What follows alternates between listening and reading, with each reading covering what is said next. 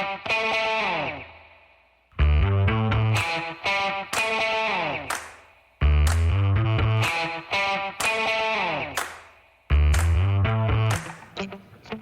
folks. Welcome to another episode of Film Study. This is Ken McCusick. We're here for our next to last episode of the Expectations series here, and we'll be talking about Adisa Isaac and Justice Hill, one player on defense, one player on offense. Joining me for that is Pete Gilbert of WBAL. Pete, how you doing? I'm doing well. Thanks for having me, Ken. I always enjoy this. It's like a preseason chat about what may be, and that's kind of fun to wet the whistle as we get ready for 2024. I certainly enjoy this series like almost no other. It's great to have a cross section of opinions come in and talk about position groups. We do position group shows, but there's nothing like talking about individual players to talk about roles within the position group to get talking about that. And I think we'll have some of that, particularly with our first guy, Justice Hill. A 6-year player, seems like he's been around forever, but he won't turn 27 until November still. Yeah, he came out of Oklahoma State and, didn't kind of unlauded a little bit. But then he goes to the combine and runs the fastest 40 of all the running backs, so he shoots up a little bit.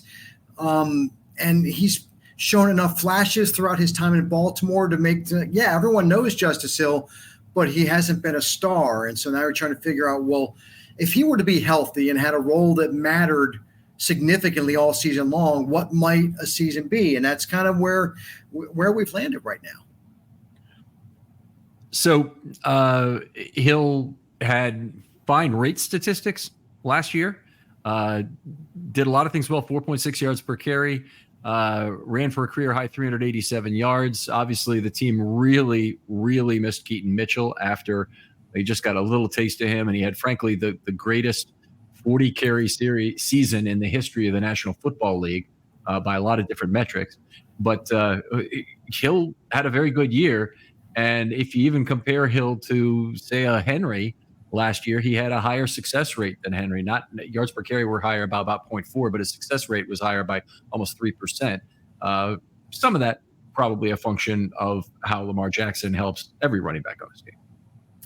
No doubt. And that's where, when you think about just what the running back room, considering the quality of the backs, and yet still the threat of Lamar, what that may mean for that running back room to really explode in a way that we haven't maybe seen thus far with Lamar there, because I definitely, especially I think as you see Lamar smaller, 205 pounds, certainly in watching him out at mini camps, he is a much more slender version than what we saw the last couple of seasons. You would think he doesn't want to take the pounding. He's not going to want to run a lot of 4th and 1 powers this year. That would be more Derrick Henry's role, or it could be a Justice Hill, who, despite his size, has had really good success running inside the tackles, which has been, I think, one of the great successes of him as someone who got penciled in as a speedster and just a third down back. But as we saw, go back to 2019 when he had the bulk of the carries against Pittsburgh in that rain game when they were sitting a lot of the starters, how hard he ran up the middle, how hard he was to tackle. And you saw kind of like there's more there than just a third down back. And that's where, if he is able to reach the potential of what he could, then he can be more than just that guy that comes in for a spell. For Derrick Henry, he could be a much more prominent player. Well, he was this last year. He certainly played a lot on third down, as you said, and really had not been a particularly great third down pack prior in his career. Not that he was a terrible pass blocker. He was an okay pass blocker, and he was an okay pass blocker for most of this year until an AFC Championship game where he had a mistake or two. But the reason he was on third down, and one of the things he did not do well on third down, is he did not catch the football and make yardage after the catch. He didn't catch the football enough. He didn't have enough yak. And last year, 5.3 yards per target is still a low bar, but 8.3 yak per reception shows he was being used in a lot more gadgetry and whatnot. I think the Ravens made a better use finding him places where he could make yardage in space with Monken than they had previously. Yeah, and it will certainly be interesting to see how they choose to use him now, given that, as again, you mentioned Keaton Mitchell and the greatest 40 carry season ever. He may be back as far as practicing, and I'm sure he's going to start on PUP. He may even come back, mid-season. I would not count on Keaton Mitchell being the Keaton Mitchell we saw until 2025. I don't think it's realistic. The people I've talked to who would be in the know don't think that's realistic either. Therefore, Justice Hill's role, I think, is absolutely critical this season for him to, if he needs to be good to, and really be at the level of where, the top, if he can reach that 80%, 75-80% of his capabilities, then that can be pretty special. If he's not, if he's turning the ball over, if he's not catching the ball and making guys miss on 3rd and 4, or if he's not picking guys up on a blitz, if he doesn't do that well, that's going to be a problem. But they have chosen to re-sign him. They see in him the things they want out of that role, which I think is really telling and important, because it emboldens Justice to believe in himself. Because he knows they believe in him, and that is so impactful and meaningful for a player to when they know that the staff believes in you. Then even if you screw up, it's like, okay, I can allow for that. I can breathe. When you're not sure and you get that one opportunity and you don't make the most of it, and then you're like, oh God, I'm going to be on the bench for the rest of the game or season even.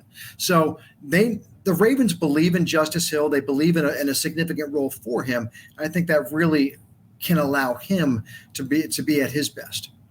Now, one of the interesting things about Hill is that I do not believe his contract is guaranteed at this point. I actually have to look at that to make sure, but I believe he can still be cut for about $2.5 million of savings. Don't think the Ravens will do it, but it would still be a possibility. He's valuable to them in other ways, like special teams and whatnot. He had additional value this last year because he was really the best pass blocker they had. And they needed him on 3rd down to provide a little bit of juice in the passing game too.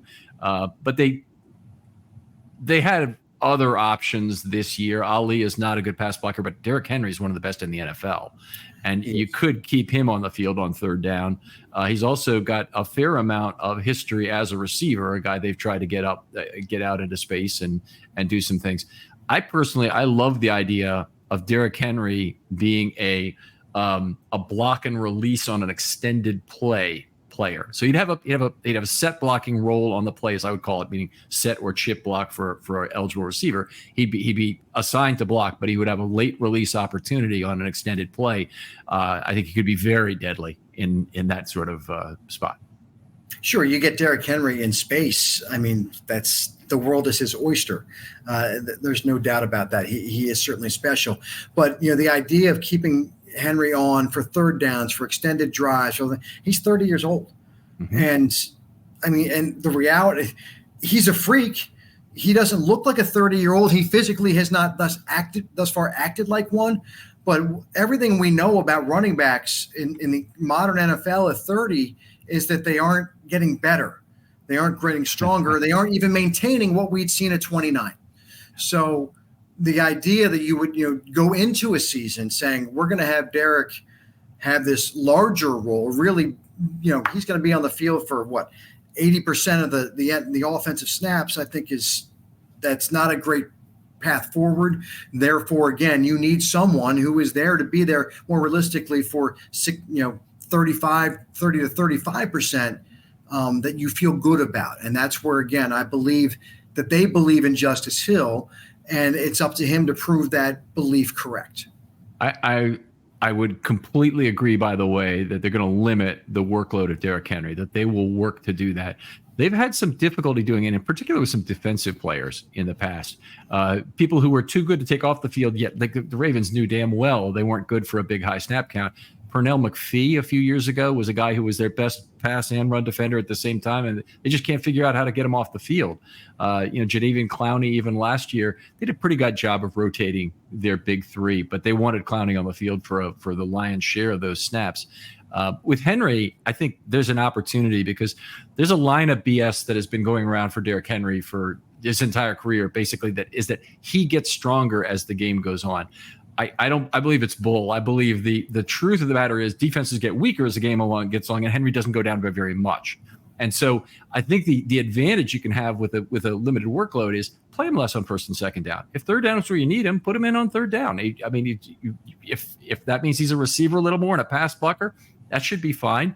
Play him, 60% as many first and second downs, where you have Ali, who his only path on the field is on first or second down. You don't want him on the field on third down. And Hill maybe is a better suited to Henry than play one of the first two downs as well.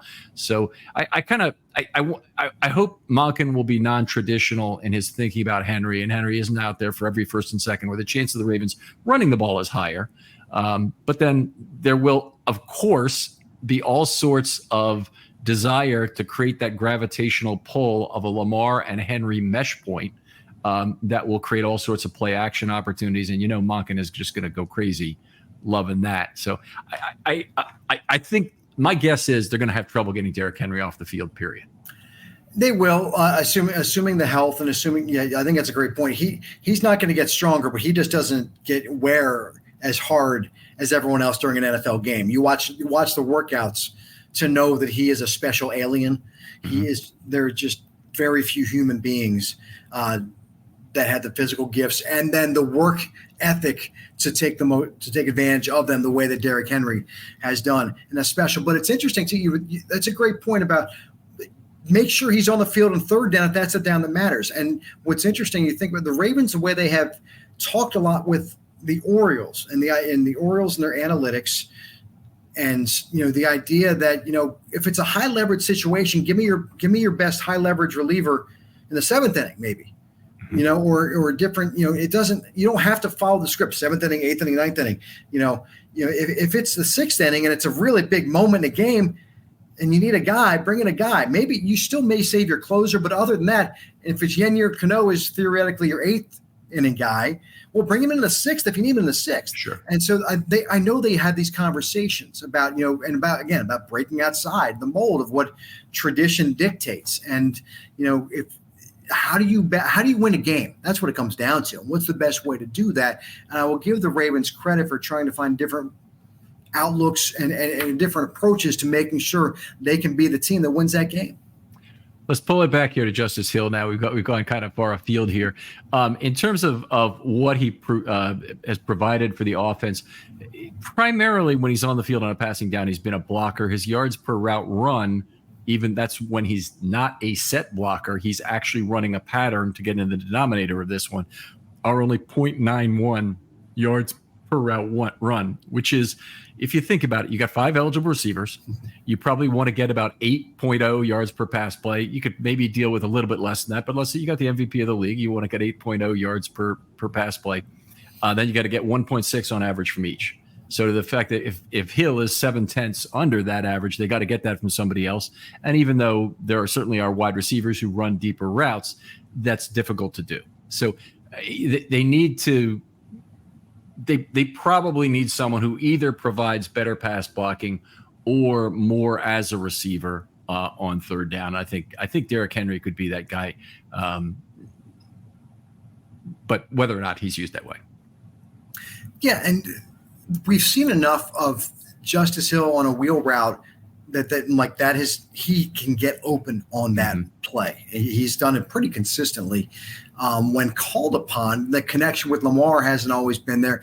What I think could maybe provide some more success is the angle route out of the backfield because he's going to shake a linebacker at that point, and he has the quickness to do so.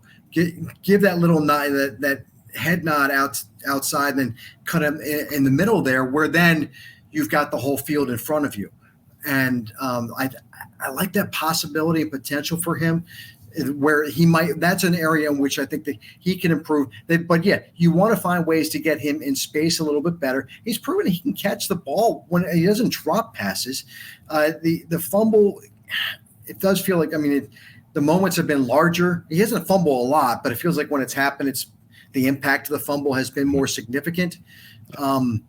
And again, that also may just go down to the fact, how many opportunities do you really get? And if you don't get a ton, and even if you don't fumble a lot, every fumble is going to be magnified just through the numbers, the way the numbers work out. So the potential is there. I think Justice Hill is somebody on whom they can rely, who has the confidence in himself. He's still incredibly fast.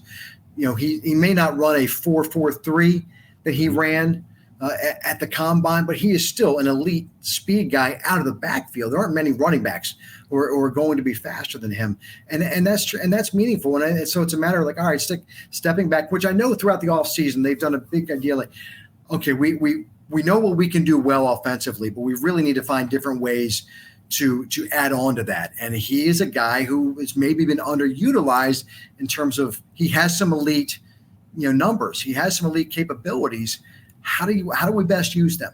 And will be really interesting to see how that works. And it also goes down to a relationship with John Harbaugh, which I know he enjoys a very good one because of his willingness to do special teams and to put forward that special teams are as important to him as catching a pass on third down.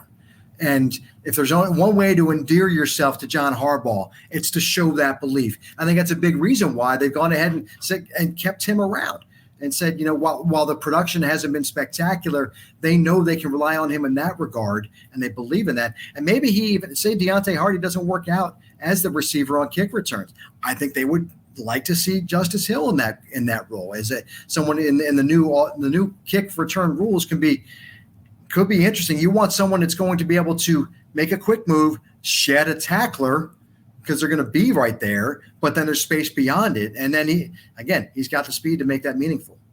Yeah, the Ravens have a couple of backup guys who might be reasonable in that role, but Deontay Hardy is clearly going to get the first shot at it. I agree with you completely about Hill's special teams being important.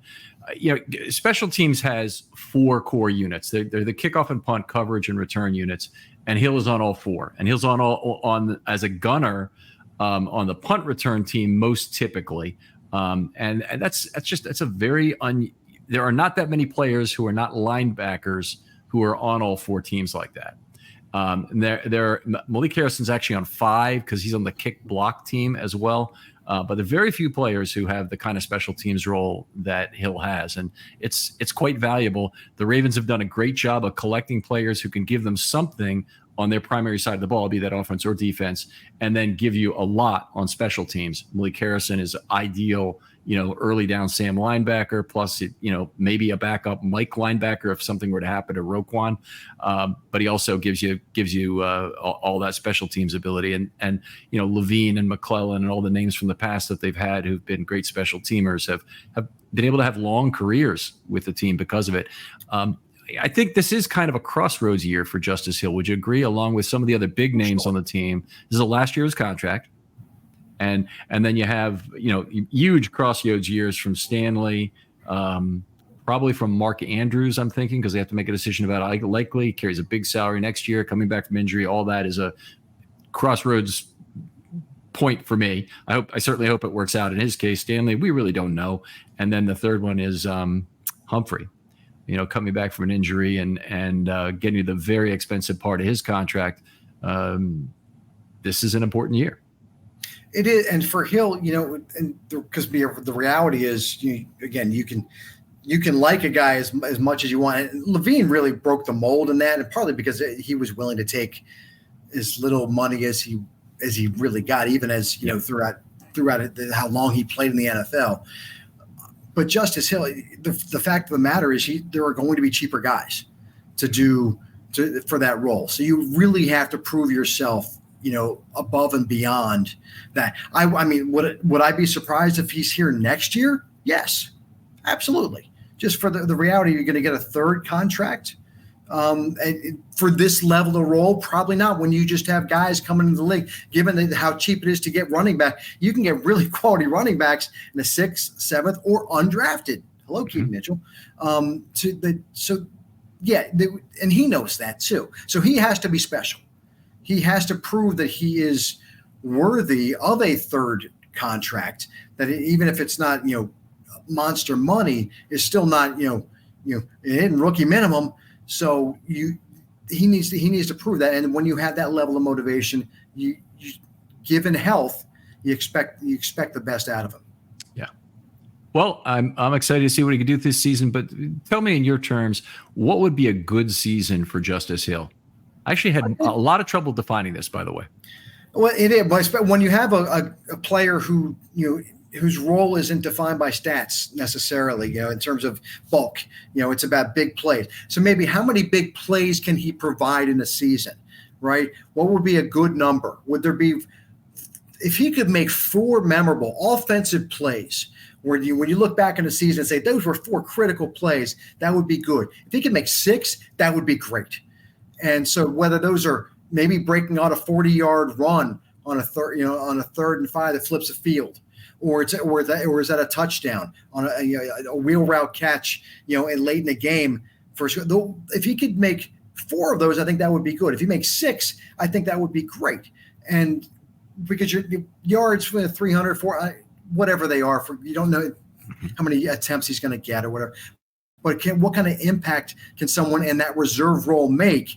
If you can look back on the season and say, yeah, I remember that. And it also might be, hey, he chased a guy down and caused a fumble because he's on special teams. Mm-hmm. He could make one of those kinds of plays as well, and that could be included in the 4 or 6 to go back and be truly impactful. So I think that's maybe a way I would look at Justice Hill. I don't remember his number. I mean, I know he has 5 total touchdowns for his career. I think he had 3 last year. What would be? Is it 1.8 touchdowns? Would be? I don't know. But am I going to remember 4 to 6 plays out of him? That's how I would look at a good and great. Look at Justice Hill for this upcoming season. Okay, I think that's a perfectly reasonable way to define. I'll remind people 60th and 80th percentile is what I use. So for a good season, I said remains a plus core special teams player. Finds a role that complements Derrick Henry with plus stats on a rate basis. I honestly don't know whether he's going to be primarily a pass blocker anymore. He's primarily an early down back. So I'll just say plus stats on a rate basis, and remains a plus pass blocker overall. Wherever he's playing, I want that to be a thing. And that's it. I have absolutely no requirements for a number of big plays or yards or anything. Big play is a good way to define it, by the way. But yards is or receptions or yards per target or anything. That's my whole good season right there. Yeah, and I when you think about, I've kind of baked in as a given that he's going to be good on special teams, and maybe I probably should have laid that out a little bit. I just assume that. So I baked that into his cake. And sure. So when I'm thinking going forward there, how would I define, the way I can characterize that would be in the big plays. But I assume he's going to continue to be a good core special teamer because, again, he's still young enough. There's no reason he wouldn't be. He's only going to get better at those things if you can assume good health. Mm-hmm. All right. So a great season. We're going 6 big plays is what you're going with because I've got That's what I'm going with. Great. Yep. Okay. So for a great season, I'd say Monken emphasizes his speed in new offensive scheme as a receiver, and he takes his pass blocking up a notch so he can stay on the field on 3rd down. So he doesn't have to be replaced by Henry. Actually, would take some burden off Henry if he could be there. He's also a very viable outlet guy. If you find it, though, he's probably not as good as Henry, but he'd be a viable output guy. And he's also on the field as part of pony schemes. Now, the Ravens have a couple options to do that with Ali and Hill, but I would love to see them use a little more pony. And I know there's a lot of total constraints in terms of there's only 5 eligible receivers per play because there's 5 linemen, there's 1 quarterback, there's 11 players. You get 5 eligible receivers each play. And everybody is going to be upset about the low number of snaps they're getting this year is my prediction. All the tight ends, all the wide receivers, and probably every running back except for Henry. And Henry might be upset depending on how many carries he gets. So it's the problem the Baltimore Orioles have right now in the outfield with nobody's happy with their playing time. That's going to be the Ravens at the skill positions if things go well for the Ravens this year. That nobody feels like it. I think that's a great point. When you look around, again, this is probably the most talented wide receiver core Lamar has had. I mean, OBJ, if you had taken OBJ a couple of years ago, I would have maybe changed that. But particularly given what we saw last year, he was good, not great. Mm-hmm. But when you think about what he has on the outside, and then he's got 2 tight ends. I watched Market. He looks great. He looks like he's come back fully from the injury from a year ago. So you got 2 exceptional tight ends and a monster at running back. And good good guys along with him. So yeah, sharing the ball will be a challenge, and that's where great coaching and scheme and culture really, really matter. I got just a little bit more on a great season here. I expect, no matter what, by the way, I expect a decrease in rushing yards and overall yards from Hill this year. I think it's pretty much unavoidable given another young running back, given the Henry's, obviously going to be taking more carries. And that's obviously, Henry's health is in question there. But probably the most important thing that would be the signal that he had a great season is that the Ravens keep him as a primary option for 2025, whether or not they actually sign him, that he's one of the people they're really discussing is we got to find a way to, bring back Justice. If we lose him, think about what our special team is going to be. We have that problem to solve if you want to do that. And we've got a guy who's helped out. If the Ravens are going through that discussion at the end of 2024, keeping it in mind for 25, then I think that means Hill had a great year. No doubt about it. And because if he is able to put up the kind of year where you're like,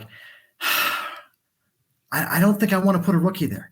I don't care. I want him. And that's what John has done with guys in the past for, where maybe, you even were kind of surprised about it. And it's funny. Almost ironically, I think it was the way Zach Orr, gone up throughout his career on the field. If not for the neck injury, that was a guy who was of that vein early on, and where he's like, I don't care. I got to find a way. I'm going to give him every opportunity because I see the world in him. You're right. That would be a great way to describe a good year for Hill. Just because, again, the numbers they can't be great, because if the numbers are great, the Ravens had a terrible season. Right.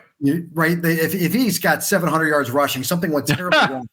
Right. It was a disaster. I can literally hardly think of a worse thing than Justice Hill 700 yards rushing. That would be awful. So yeah, it's much more about, big picture, like just the impact that he was able to make in terms of just being so reliable, and then also was able to provide some big sparks. All right, let's go. Let's move on. Talk about Adisa Isaac a little bit. 6'4", 247, 33 7/8 arm. Very important for an edge rusher, obviously. Will be 23 in October. So he's right in the middle range of the edge rushers coming out. There's certainly some older guys, and there are some younger guys as well. But he is out of that Penn State mold, another great physical specimen. He is a marvel to look at physically. Not quite Odafe Oweh measurable wise, certainly not in the overall speed, but in what he put up for the body that he has was certainly elite. And the production was, 7.5 sacks, compared to what did Oweh have? What, none? Zero his final year at Penn State. And so again, I'm more of a pressure guy. Sacks are great, but if you're pressuring and you're forcing the offense to screw up, you did your job. And I think Oweh was good at that and has been in the NFL.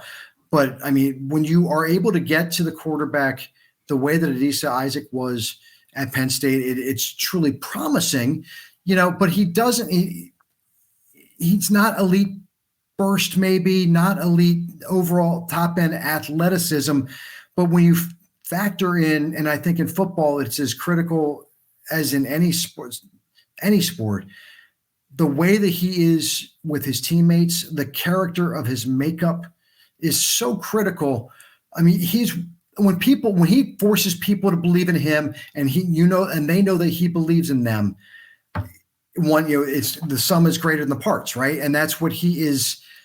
That's what makes him so special. The way he has fought through an incredibly challenging childhood, young adulthood, with some family circumstances, and having to help raise, some disabled brothers and sisters, and a single mom in Brooklyn. Holy cow! To get where he is, go ahead, count him out. I dare you, because he is that level of, he's that level of person, and he has the physical tools to go along with that, if not uber elite, which is why he wasn't first round, but certainly very, very good, and the capacity to get better. And he's going to be in a group where, working with Chuck Smith, who we saw how impactful he was a year ago with guys getting to the quarterback, and he's comfortable, with that room. He fits right in so well with it. I'm excited to see. What has been disappointing is that he got injured at the very beginning of of OTAs, and we haven't seen him, what he's looked like out on the field with his Ravens teammates to this point. And so training camp will be really key for him to come back. Like, no, I'm good. I'm ready to roll and ready to learn, and then be able to find a role, early on with this OLB group. That's really important. And we talk about this almost every episode that involves the corners or the wide receivers. Those guys need to stay healthy for the preseason for the live fire, and they are the biggest soft tissue injury risks of all, that are the most likely injuries that come almost like plagues through camp in terms of the number of hamstring injuries that occur, and other little minor tweaks that aren't going to keep him off the first game necessarily, but they keep you from seeing what the guy can do. And particularly the guys that back up, that's really tough. He's joining a very crowded OLB group. It's crowded by number of people, not necessarily by talent. You've got Van Noy, you've got Owe, you've got Ajabo, and you've got Isaac, who I think will all split the pass rushing snaps. Tavius Robinson and Malik Harrison have been an early down base defense outside linebacker pairing, where Harrison does a very good job adapting to the Sam role. We talked about that on the Harrison episode. Won't do it again here. Tavius Robinson, who I expected to be a situational pass rusher as a rookie, it's not the way it worked out at all. He was an early down run defender. Tavius really grew. When you see him in person, you can kind of see why. He is physically imposing.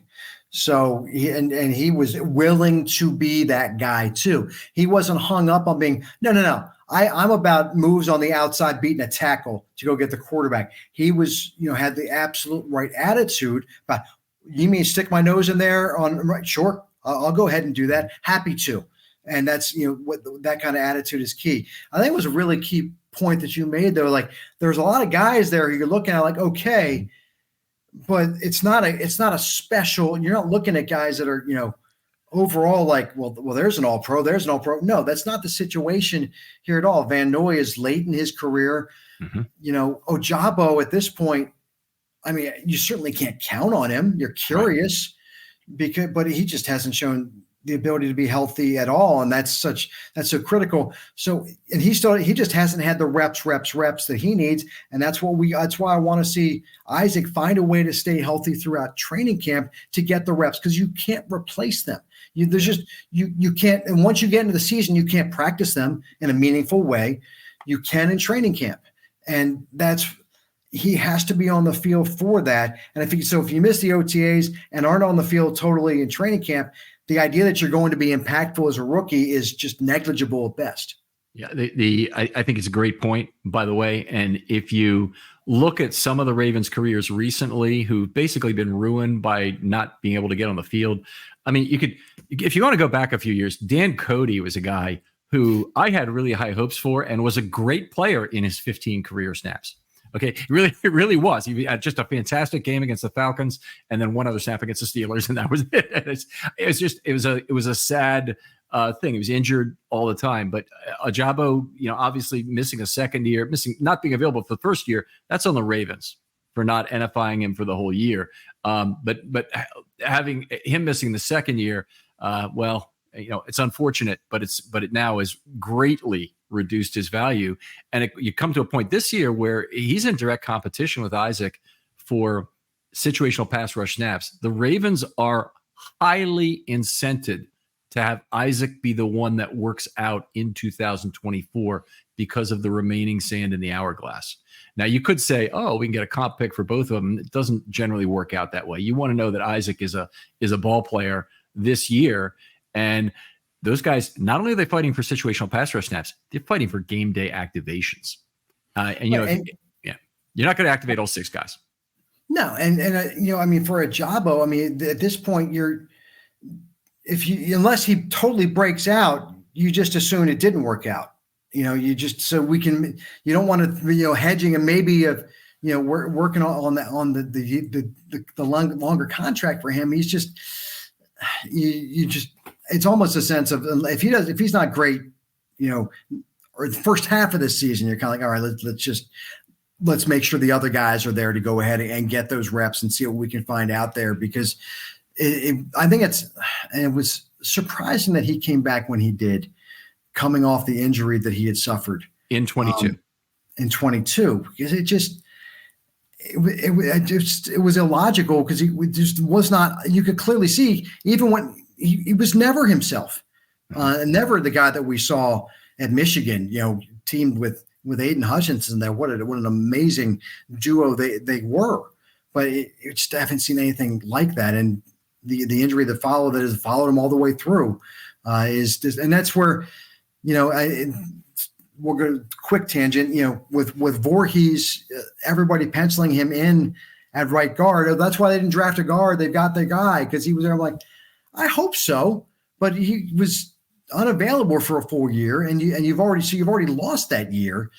And I understand why you go ahead and do that value for him, but they didn't lose the year, though. That's really important. The NFI year doesn't count against his 4 years, so he's still with the Ravens for 4 more years. So it's a huge difference from Ajabo. Yeah.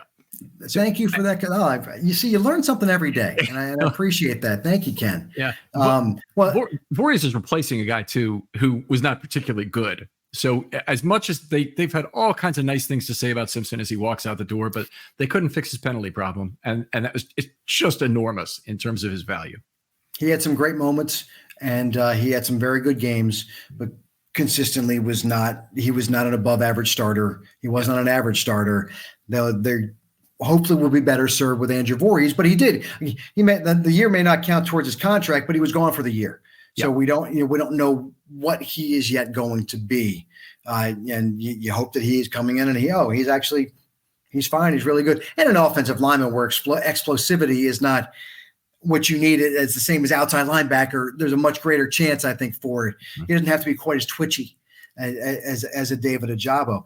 But back to Isaac on that. It's just the injury, fortunately, he's dealing with. It's minor stuff, and he played a lot at Penn State, and he was productive and he was available, and I think that's really exciting about assuming you can expect that from him going forward. Yeah, a few things to look for Isaac in this preseason. I'll just go back to my draft notes on the guy. Actually, my scouting notes on the guy was, I think he turns the shoulder of the tackle very effectively and turns to set the edge in the run game in particular. So I think you see somebody who could do that. He's not really a guy who stands up to one-on-one power blocks from the tackle or pull blocks from a guard, but I don't know how many 250 to even 270 pound outside linebackers can stand up to your typical 320 pound guard, typically who's pulling. Just there's not that many who can really do that. And usually when it's a Suggs or something like that, it's a lot of technique that goes with that. But in Isaac's case, I think he could be a guy who's okay against the run. He is a guy who has to win with his length and his hands, as opposed to his size. Did that very well at Penn State. He's got a faster get off, and you will notice it, I think, right away, unless Oweh is improved. He's got a faster get off than Oweh, even though he doesn't have the probably the twitchiness or the twitchiness is not the right word because that really maps to get off a little bit, but he really doesn't have the spin move or the power or the speed of an Oweh, but he's unbelievable quick get off. So that ought to be one of the really exciting things to see in camp. Yeah, and when it comes down to being as an edge guy, being good against the run, I talked with Jarrett Johnson one time. I had a great conversation with doing a TV show with him. We had 10 minutes in between segments, and I'm like, what is it about setting the edge? What are the keys to doing that? And he's like, you have to want to do it. You really have to want to. He's like, beyond that, I mean, there are some technical things, sure, but he said, Pete, I can't tell you how many guys don't really want to do it. And so I go back to what we know about Adisa Isaac and a level of want to that is there. The nature of him, his ability and willingness to fight through whatever adversity has come his way. If that's the adversity the coaches say is going to be he's going to stand up to it. And then he can, and he's a very smart guy. Whatever the technique is, he can learn that. So I think that's a promising, when you think about areas in which someone like him would be able to improve, that would be one of them based on who he is, as much as maybe just, well, he didn't, is he, or his arms long enough, or that whatever, maybe physical, technical thing. the want to is so critical for that, and he's got that built into him. Much in the same way that the Ravens have been able to teach even very mediocre athletes to be able to pull from left guard, James Hurst, Bradley Bozeman, just very average athletes. God bless Bradley Bozeman. Oh, yeah. Amazing. Got paid. That was amazing. Yeah. But the good news, the same can be said about setting the edge at the NFL level. And I think it does relate. Want to. I don't think Tim Williams ever wanted to. They weren't going to put him in that role anyway. I honestly question David Ajabo's commitment to it after I saw him in preseason last year. And, if Ajabo or anybody who knows him is listening to this and tells him about it, that's okay. Take it as a challenge. Show us the truth. I'd love to see it, and I promise to write fairly about it when the time comes. But the Ravens are marvelous at teaching edge setting. They had the best run defender of his generation in Terrell Suggs. They had another great one in Jarrett Johnson, and he's not the only ones they've had. You go back to Rob Burnett, and Michael McCrary is not as great, but still pretty good. And a number of great players over the years they've had at doing exactly that role. It won't be because they didn't try and teach it to him right if Adisa Isaac can't learn to play the run successfully in the NFL. Hopefully it's a matter of he either can't do it or he won't do it. But it's not. If he tries, I think there's going to be every chance that it succeeds. No doubt about it. I mean, even Jadeveon Clowney, who was certainly not known for that. We saw his ability to do so a year ago, and that was the one part of the want-to from him was he wanted to get a bigger contract. And so he was going to do everything in his power to do that. He was going to get the sacks, and he was going to show he could be a guy that you could have at for all three downs because I'll take care of the run as well. And so that was – but that the history suggests that will be – if he wants to, and we believe he will, I certainly do, that will be fine here. The question is, will he be able to get to the quarterback? Will he get enough reps to learn if we can get enough? We know that he will be able to get to the quarterback, and that will be really interesting to watch throughout the preseason. And because he's a guy you would expect we will see in preseason games. Mm-hmm. He's not going to be one of the protected ones. We'll get an idea out there of what he may look like. And they don't have the joint practices that we saw a year ago.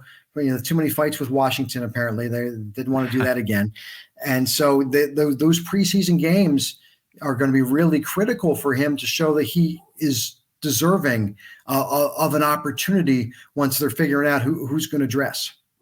Yeah, enormously important. Absolutely. I want to say another situational advantage. You talk about stopping the run being important. The other thing the Ravens could really use is an outside linebacker who can drop the coverage a little bit. Now, he doesn't have really obvious Sam characteristics. Ran a 4.70, 4.40, which, by the way, is not bad at all for a edge player, but is not great either.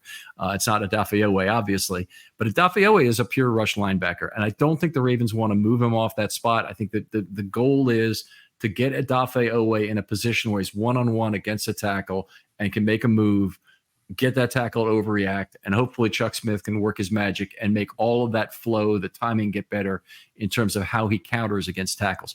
But getting back to Isaac, 11.7% of the time he dropped, had very solid coverage results in his final year, 6.5 yards per target.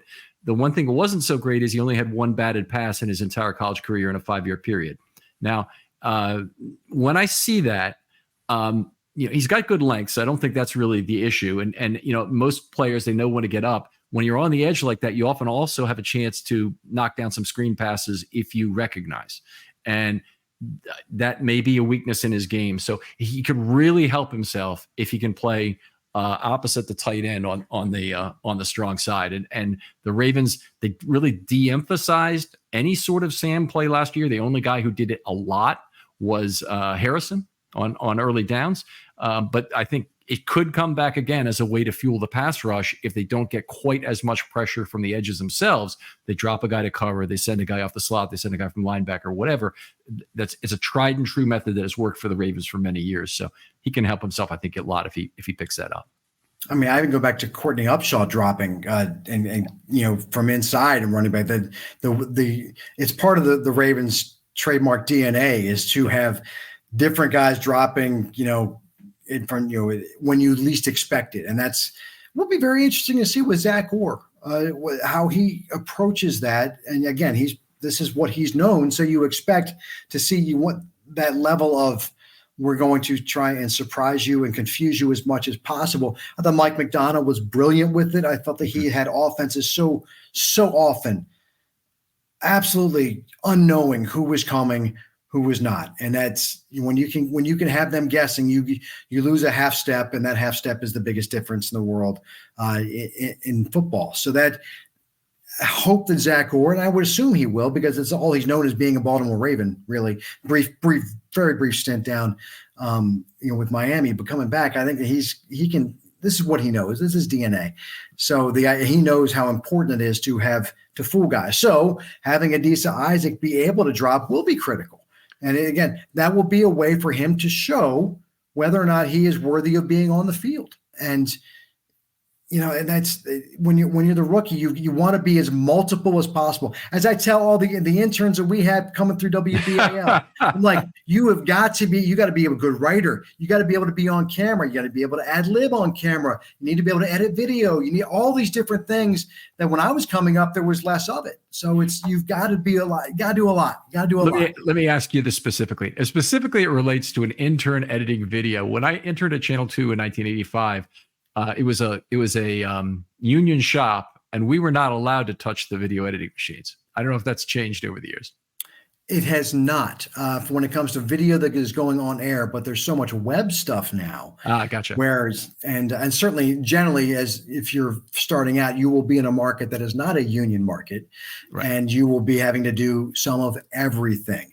Right. And so you better understand the web, you better understand social media, how best to, drive figures towards not just what you're doing online, on your Twitter or Facebook or Snapchat or whatever it may be, to move that to watch them, to get them to watch the show on still linear TV, which we hope will last long enough for me to retire. And we're efforting that at this point. And but yeah, be multiple, and that's why I'm looking forward to the AI training I'll be having at the end of this month to learn how best to use it towards my advantage and to not have it replace me. I was trying to think of a joke, 2 words there that would go with AI, but I just couldn't do it in the amount of time you left me in that sentence.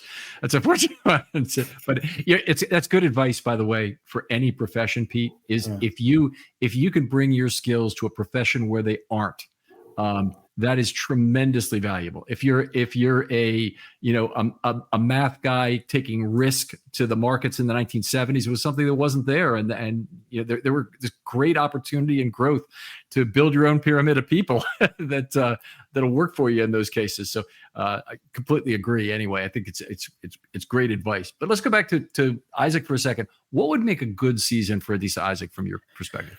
I think a good season for Isaac is to be a core special teamer, to get on the field that way and be a consistent, reliable contributor on special teams, and then to get 15 to 20 snaps, in defensive action in the game. I think that would be good.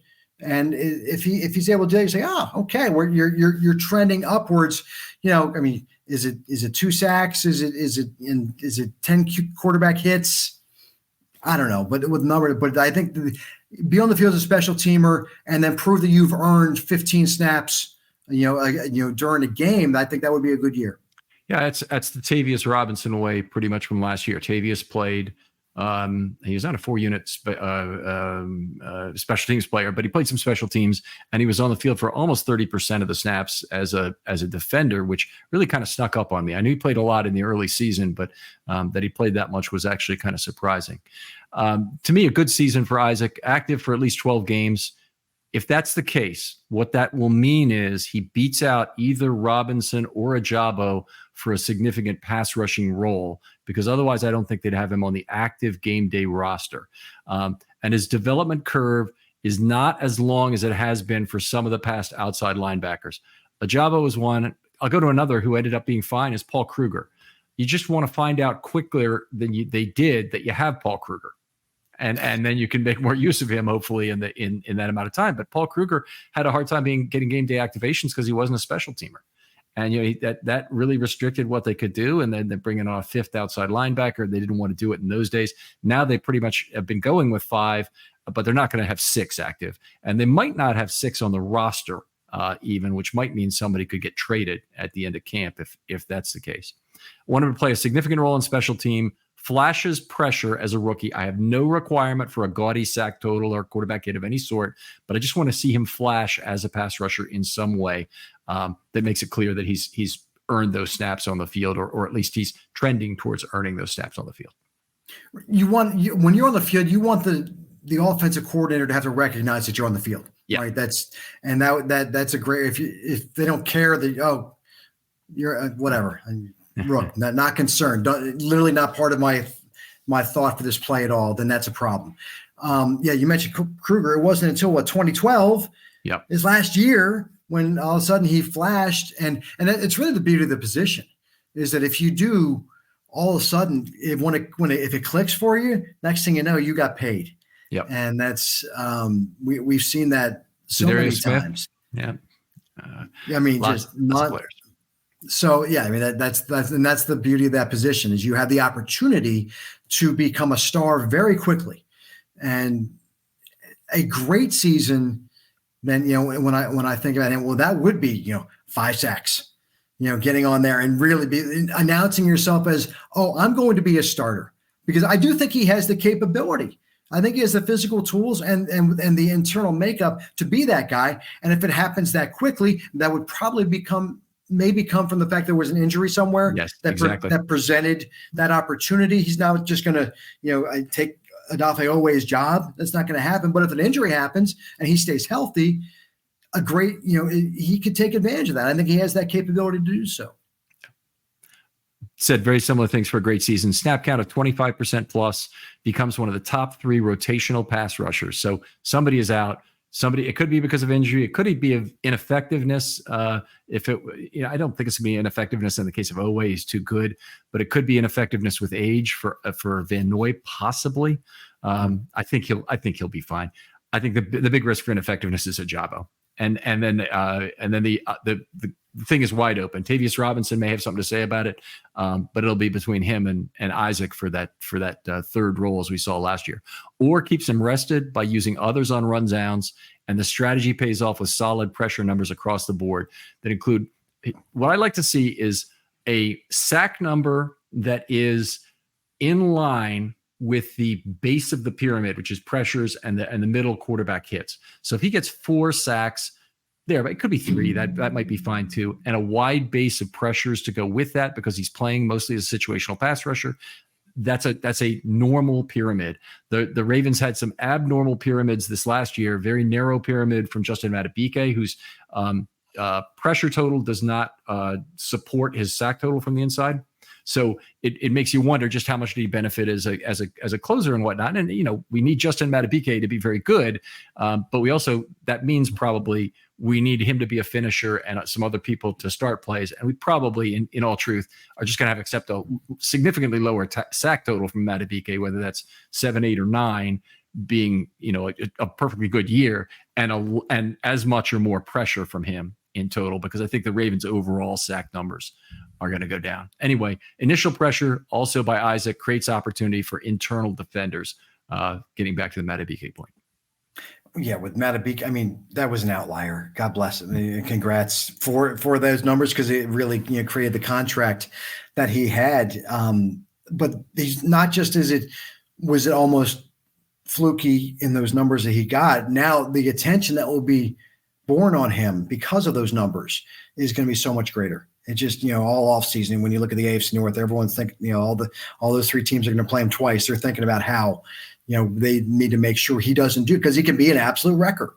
But he hadn't been to that point. And as you said, the pyramid was straight up and down. So that the reality is that should, though, create some opportunities on the outside, and where you could see then those numbers, if the defense remains as high quality around as we saw a year ago, will be hard to match it, because that was a great defense from 2023, a truly great defense. But if you can be close to that, that should suggest then there will be great opportunities for, I definitely look at, if Isaac is presented that because of an injury, he could be one to reap that benefit. And then all of a sudden you're looking up and you get the Sunday Night Football later in the year, and that's who Mike Tirico and Chris Collins, where they're talking about, and they're open, right? That could happen. And it would be because I think if he gets his opportunity, what is it? Luck is preparation and opportunity. If that luck comes, I think he will have those to take advantage of it. Yeah. All right.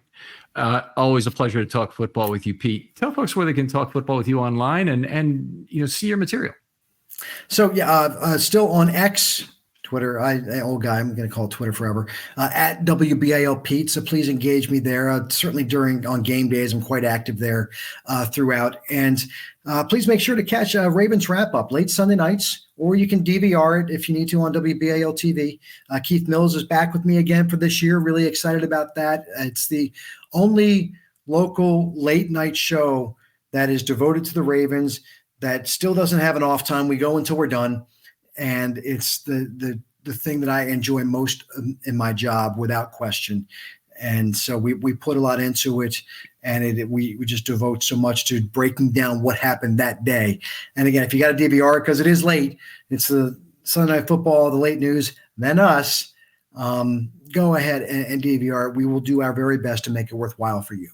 So this was a big deal, by the way. Having a radio show where you can decide when your show ends it's not unheard of, because you could just fill in with national programming sometime after a real late show, but it's unusual. On TV, it's unheard of. That there's the only one I've ever. 27 years I've been doing this. This is the only show, and for the last couple of years, the way things worked out, that it has worked that way. So, and my apologies in advance to our studio crew, who I know at times are like, oh my God, would they shut up? But we're just not done. We're just not done, and we're going to go till we're done. And so that's I hope that you will appreciate. We will do our best to make sure you do appreciate it. That is the way this show works, as the listeners know. I appreciate you hanging on for as long as you did for the show and listening. Other folks out there, if you want to be on a film study short, hit me up. DMs are always open on Twitter. Talk about whatever you want. But right now, I'm collecting people who have concerns for the 2024 Ravens. And we're going through some fun shows on that. We had the first of that type, had a great discussion on that question out online today. If you want to take a look at my Twitter feed to see how that went, but a lot of fun anyway. And just DM me, always open, and I will respond very quickly and schedule you for your show if you'd like to talk about that. Pete, thanks again for coming on. My pleasure, Ken. Thank you for having me. And we'll talk to you next time on Film Study.